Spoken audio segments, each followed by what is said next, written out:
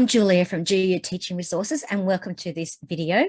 Tonight, or whenever you're watching this, I'm actually going to be talking about music games to play in the classrooms, because this time of year, I know for me, in a few weeks' time, and for in other parts of the world, it's the same, so similar things are happening. We have state or national testing, and I don't know about you, but that's when the kids start to go a bit crazy, and you still got them for music, and you still got to do something. So that's what I'm going to show you, what I like to do in these sorts of lessons, because you don't want to waste the time, but you want to have them at least have some sort of downtime, so to speak, but still have some fun in music class. And honestly, I still have I teach grades 7 to 12, and sometimes my year 12s will go, please, miss, can we just play a couple of games? And it's like, yeah, why not? Just sometimes they need something different to do. So let me share my screen. Hang on, I'll just make sure that it is there. Share screen, there we go. And let's get this party started, so to speak. Slideshow, come on. All right, so as I said, music games for kids, that's what we are doing tonight. So welcome, as I said, I'm going to show you 4 different games to play, but I'll be talking about a few others that you might want to do as well. Some resources to use, some storage ideas. I'll have a confession about that later, and good times to play these games. Okay, so I'll go through all those things because, let's face it, sometimes you just need something to do. It's perfect if you've just done a concert as well. Sometimes you need just something to do the next day. So sometimes, for those of you in like the Northern Hemisphere, you're getting towards the end of your year. I said, we're just starting ours up, but you might feel a bit like this line tamer, like they're going a bit crazy. Maybe you've just finished a concert and the kids are now going, what do we do now? And they know that they don't have to prepare for a concert. They know they don't have to actually, knuckle down and actually practice something, but you still got to keep them involved. You still got to keep them engaged. And I said, I know that I will have testing with my year 7s. Oh, dear. I'll get rid of that, sorry. I should have put that down.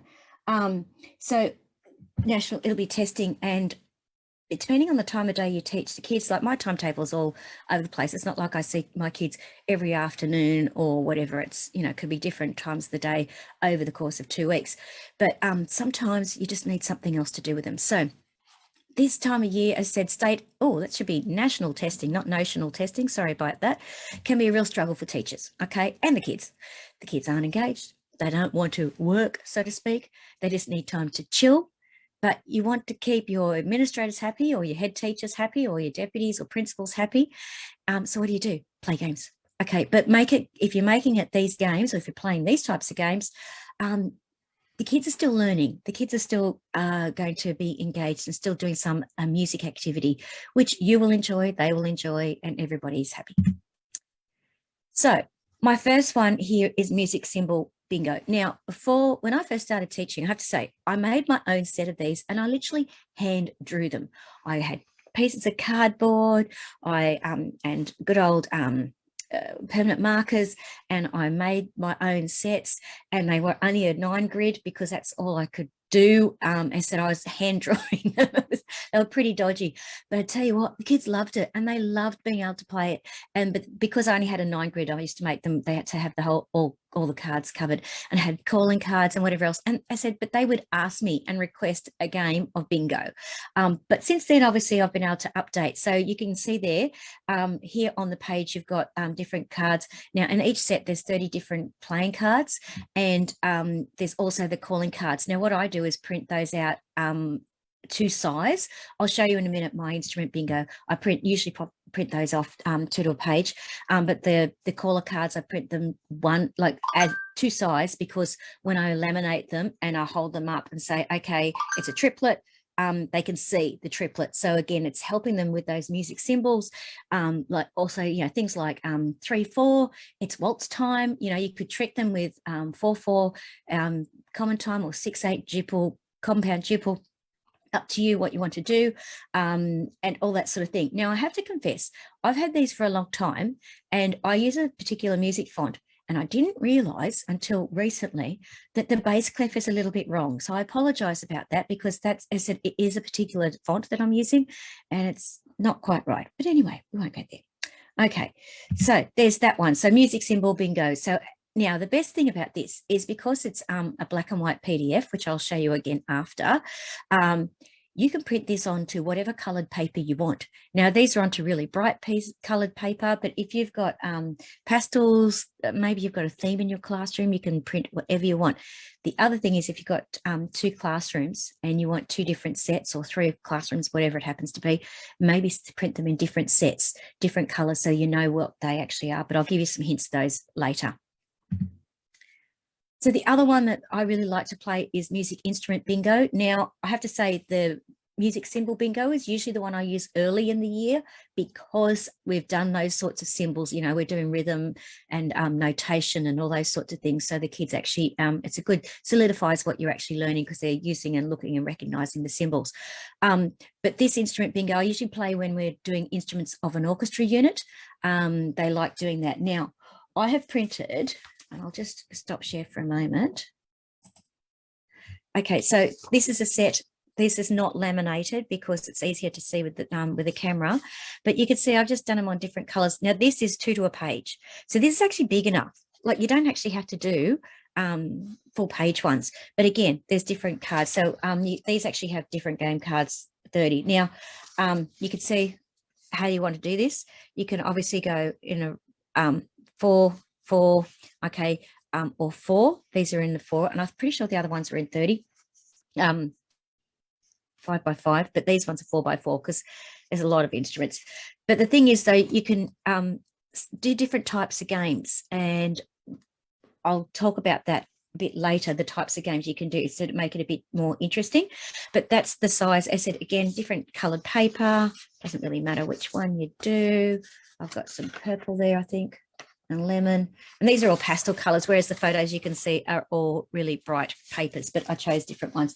Now, the calling cards, again, I've printed 2 size. Okay, now I should have reversed this, but it's tubular bells. So these are really good. You can use them obviously as calling cards, maybe make them a bit bigger depending on the kids you've got. Okay, but these, you can play all sorts of other games with these if you print multiple sets, which is another whole other thing, which I'm not going to talk about now. All right, let me go back to sharing screen. So that's the one I want. Okay, so that's the instrument bingo. All right, so music games for kids, the instrument bingo, perfect to play when you've done instruments of the orchestra unit. Okay, perfect to play there. Oh, hang on. Alrighty, and again, you can see the different colours there, different coloured papers.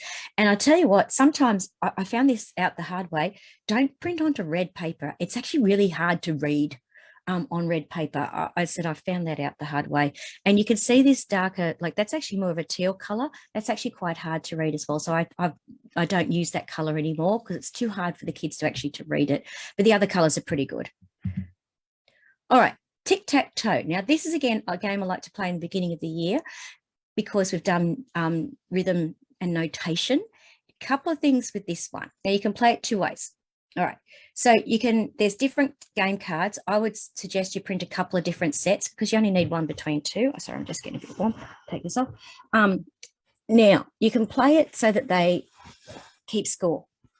Now, if you're going to play it when they keep score, you can either just score it as in how many, you know, best of 5 games or whatever it happens to be, or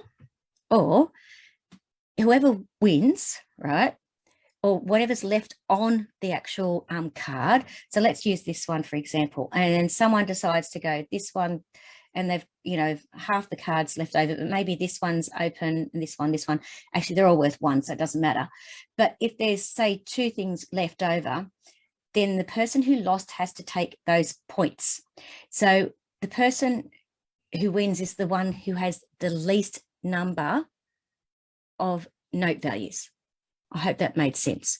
But you could see on these other ones that have got minims or half notes that they're worth 2, and the other things are worth 1. So the kids, if they're smart, they will use those ones first. They'll cover up the ones that are actually got the most value first. So it's a bit of a strategy game.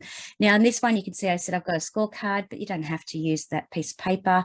It's up to you, but it's good for competitions in the classroom. And also I've got player 1, player 2. So if you're not using those little counters or buttons or whatever else, you might want to use those. But again, those sets, I honestly, my bingo sets I've had for about 10 years.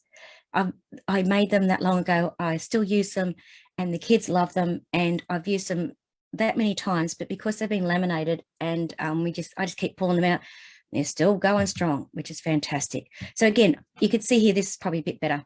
So if the kids are smart, they would cover that one up first, because then if say all those are covered up and you've got the quaver, this one and this one left, well then that's 3.5 points that goes to the person who lost, because the idea is to have the least number of points. It's a bit tricky for them. This one is one of my most favorite games ever. This is corners. Now, this one gets them up and moving. So the other three don't. The kids are literally sitting down all the time, okay? And it's nice, quiet games. You can play it as a whole class and whatever else, and it's, you know, nice, quiet games. But if you want to get them up and moving, corners. Now, in this set, you could see that I've got semi-breve or whole note. So there's two different ones you can, depending on what you call your notes. But simply, you put these things around the room, all around the room, literally the corners of the room. Put on some music, and then when you stop the music, they have to go to a corner. You pull out a card, and whoever happens to be in that corner, so say you pulled out the dotted half note, okay, or the dotted minim, anyone in that corner has to sit down, and then you keep playing and playing and playing. Now, I love to play things like Fats Domino's I'm Walking, da da da da da da, that song, or Walk This Way, Run DMC and Aerosmith, those sorts of songs, and the kids actually really enjoy the music too. They like that Walk This Way version. But that's a really good one to get some energy out of them, because sometimes if they've been sitting for too long in a hall or in a room doing a state test or a national test, and they're getting a bit of the crazies, a good corners game, do a couple of goes of those, and then get them to sit down and do something else. But they love it. It's so much fun. And as you can see, again, print it nice and bright. And I would suggest actually making those as big as you can. So if you're on, I know the photocopiers I do, if I'm going from A4 to A3, which is doubling it, it's 141%, that'll double it. If you're reducing it, if you're going A3 to A4 or even A4 to A5, 70% trick. All right, so hints, setting them up. Print them onto coloured paper. That is the best thing you can do. Now, either print them full page or smaller at 2 to a page. You don't want them to go 4 to a page. It's too little. Laminate those cards for durability and get some counters. Now, I have used in the past buttons, like there's a shop called Spotlight here in Australia, and you can get like these novelty buttons, like bags of them. They're quite cheap, and like the ones I've got, like teacups and flowers and bees and goodness knows what else. Kids love them. Okay, they fight over those ones, you know, who gets what. Those math center counters, you know, those little circle things. Okay, I was going to show you all this, but I wasn't actually on site at school today. I thought I was going to be, but I'm not. So I've got this all in a folder, so I'll have to post some photos for you. Or even cut up pieces of paper. I've done that before. Now, if you're going to do cut up pieces of paper, what I suggest is put each game card in a plastic sleeve itself, you know, those ones you put in your folder, and put some counters in that and ask them just to pull out the counters, not the actual game card, and you'll find that it's actually easier and it keeps it all together. It depends on what you've got. Honestly, don't make it too hard for yourself. Storage. Now, one of the best things you can do is put them into an expanding plastic folder. So one of these little beauties. Okay, so see this one? Okay, you can see here, this folder expands. Already, it's actually quite big, and it's got a little, oh, can't do it, Velcro. Sorry, what I've got isn't in there's too much, but the Velcro thing, and because they've got the holes down the side here, they go into the folder really nicely, and I can fit a game in that really easily, and I don't put the counters in, I put them in a separate thing. But there you go, that's a class set. Bang, straight in there, and you can have all of your games in the one folder. Makes it really, really easy, especially if you have to move rooms and you just want to do something nice and simple. Take the folder, take the stuff, go. Alrighty, make sure if you're going to have 2 sets, if you need two or more sets, that you label each piece with the name, your name, okay, your actual, you know, maybe just your initials or your room number. okay, JHT or 0210, okay, is my classroom number. You know, but label each one so you know what, or do them in different colors so that this particular room is all nice and pastel and this room's real bright, so you know which ones are which. And try and keep, as said, games all together in a binder. They do fit nicely in those binders. I said, my sets at school, I thought I was going to be on site for half the day, but we weren't. So I thought I was going to be able to grab them and I couldn't. All right, perfect things to play. Play them as a reward, play them as a lesson filler at the end, maybe as a review lesson. As I said, perfect for the instruments of the orchestra or note values or just music symbols. Keep as a lesson to keep them engaged and learning during those tough times. Okay, sometimes you just need to bring them down, or even for substitute lessons when you are away, so that you might give them a little activity to do and then say to the substitute or casual teacher, here you go, if the kids, you know, want, you can have a play a game. Now, rewards, I would suggest, like, you know, it's up to you what you want to do, but you could have classroom rewards. It might be, you can come up with it, but the prizes, it could be free time on the ukulele or free time on the phone or whatever it happens to be, whatever your school will let you do. For me, it's lollipops. I always have a stash of those. Okay, so you can find these classroom resources ready to use over in my Teachers Pay Teacher store. You can use the link in the description. Now, you can get all this in a bundle, and I'll show you that in a moment, at Jooya Teaching Resources. And don't forget, if you'd like a free copy of the Elements of Music Mind Maps, go to juliajooya.com/free mind maps. Now, that will give you the elements of music mind maps. If you want the concept of music mind maps, again, go to juliajooya.teachable.com and you'll go to the Master of the Concepts of Music and just enroll yourself in there and you get access straight away. And again, if you want any more information on all things music teaching, go to my blog at juliajooya.com. And thank you for watching. So as I said, I'm going to stop share for that part in a moment now. And what I'll do is I will show you, where'd it go? Okay, here we go. All right, here we go. So that's what I was looking for. So go back here and I'll show you this before I forget. So if you want to save yourself some dollars, now, next week's a good time to buy. That's all I'm going to say. But if you go to my, actually to my store, I'll show you where you can find it. So the link is in the video below. But if you go to my store, go to Fun Stuff.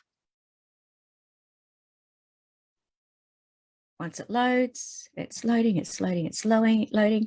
Okay, so there's the music symbol bingo game. Okay, a few other things, but this games bundle is the best one. And in like this mini one, I've got there's another game, but which I didn't show you tonight, which I don't use very often because my kids really struggle with the treble clef bingo game. Okay, so but you can see there you get the music symbol one, the treble clef, the music instrument one, the tic-tac-toe, and the corners one, which is the corners one's a freebie anyway, so you could download it anyway. And also in there, this other fun one, which is music rhythm and dice worksheets, which was something that was used a lot a few years ago, but again, another one, a really good one for doing note rhythms, values, and it's a game. But you do need some dice and things for that. So as I said, it's a really, really good bundle. As I said, for $18, I tell you what, it is a bit of a setup, but as I said, I've had my sets for 10 years. The ones I made in the beginning of my career, I made them 20 years ago. I still have them. I actually I didn't even laminate them. They were done with contact, clear contact paper. That's how I actually made them. So that's I think that's a bit funny. But that's how I did it. So that is that. So, and I just want to stop share. Okay, so as I said, if you're looking for something to do that's a bit different and you want some music games to play with your kids in class, go and have a look at those things. So I'm just going to say goodbye here for the moment. And until next time, I'll see you. I'm Julia from Jooya Teaching Resources.